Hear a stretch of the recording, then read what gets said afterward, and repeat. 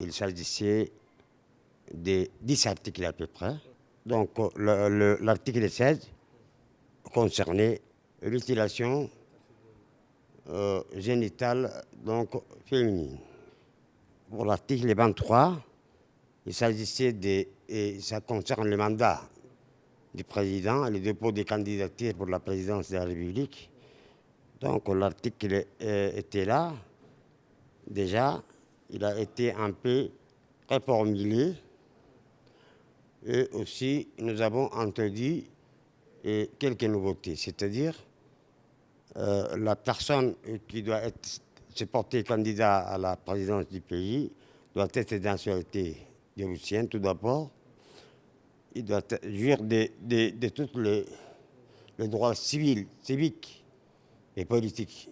La nouveauté qui a été introduite à ce niveau, c'est le fait qu'il doit résider dans le pays durant 5 années, la période précédant le dépôt de sa candidature. Voilà la nouveauté qui a été introduite. L'autre porte sur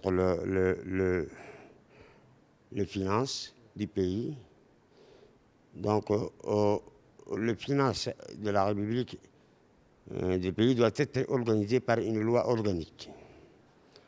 Alors que jusqu'à là, il n'y avait que des lois de finances, des comptes financiers, des lois de finances annuelles et les lois de règlement des dépenses et de l'exécution du budget. L'article 76, par rapport à sa situation précédente, il a été porté au nombre de 9, le nombre des membres du Conseil constitutionnel. Au lieu de 8 années auparavant, ils doivent demeurer dans ce poste 10 années avant. Donc, les 3 de ces 9 les 3 premiers sont désignés par le président de la République. Suivantes sont désignés par le président de l'Assemblée nationale. Et les 3 derniers seront désignés par le Conseil de la magistrature suprême du pays.